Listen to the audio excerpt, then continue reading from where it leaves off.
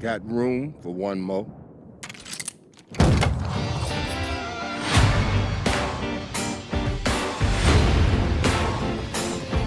First of all, I need to say thank you. It's a huge honor sitting down with you and talking. Oh, you guys didn't really... I need to start like that, saying that. It's all good, man. I never expected to be sitting down with you.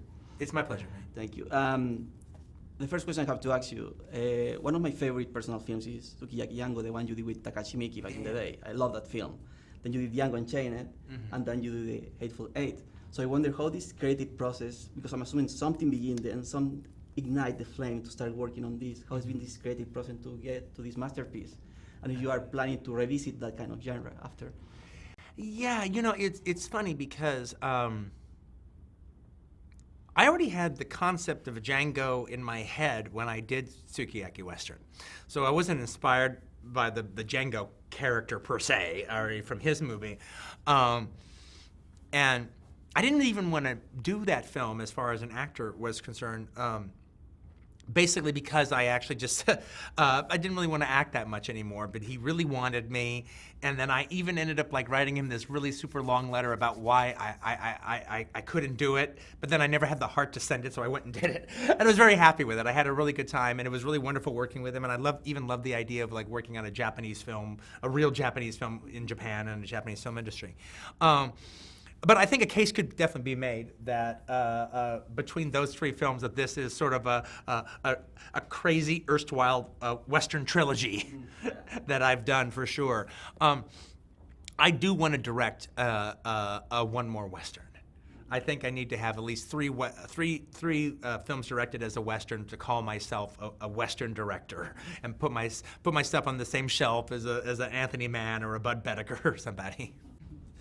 The soundtrack is unbelievable, and you pick spot on Ennio Morricone to work with you, one of the all-time favorite directors. So I wonder if Ennio was the first one on your list for the soundtrack, or it was something creative that came along, and how was working with him? Oh, it was wonderful. No, he was the, I don't really think I would have ever done a movie with a completely original score unless it was Ennio.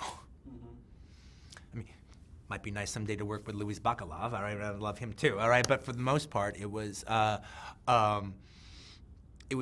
and I remember getting together with him to talk to him about it, and he had a question. He goes, "Well, been thinking about it. I'm kind of wondering what you're doing here, because you don't use original scores. You use other people's scores, and you mix them together, and you do a really good job with that. And everyone seems to like it. So why do you want to change it?" And my answer to him was, well, I'm not 100% sure that I do want to change it. You're the only reason I would consider it. And I think it's interesting for us to explore this idea. And if it doesn't work out, I'll probably do this one that way.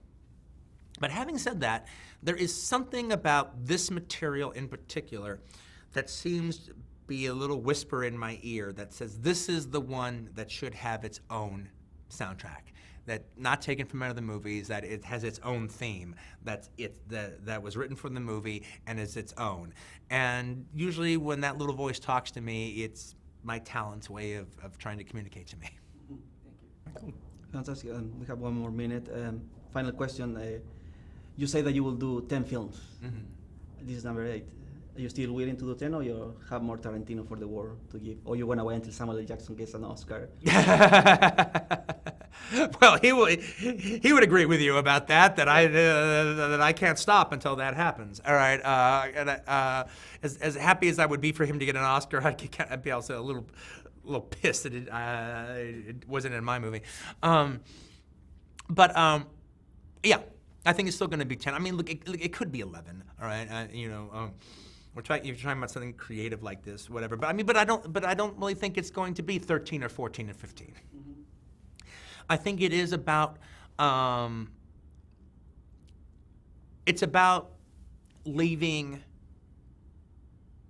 a thoughtfully composed filmography from the first to the last, as opposed to indulging in an artistic career that supposedly goes on until it can't go on anymore. Either I can't get work or I can't work.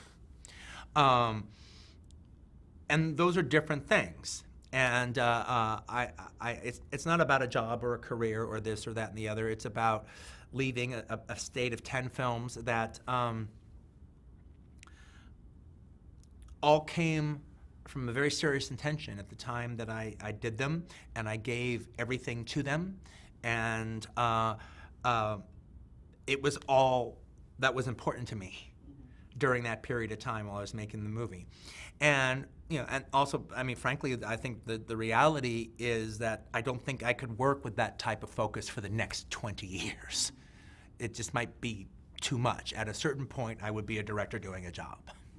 Fantastic. Well, nothing else to say more than thank you. Thanks for the film and congratulations. You guys wish you all the best on the Oscars. You guys are lovely. Thank you for coming in and seeing me. I appreciate it, mate.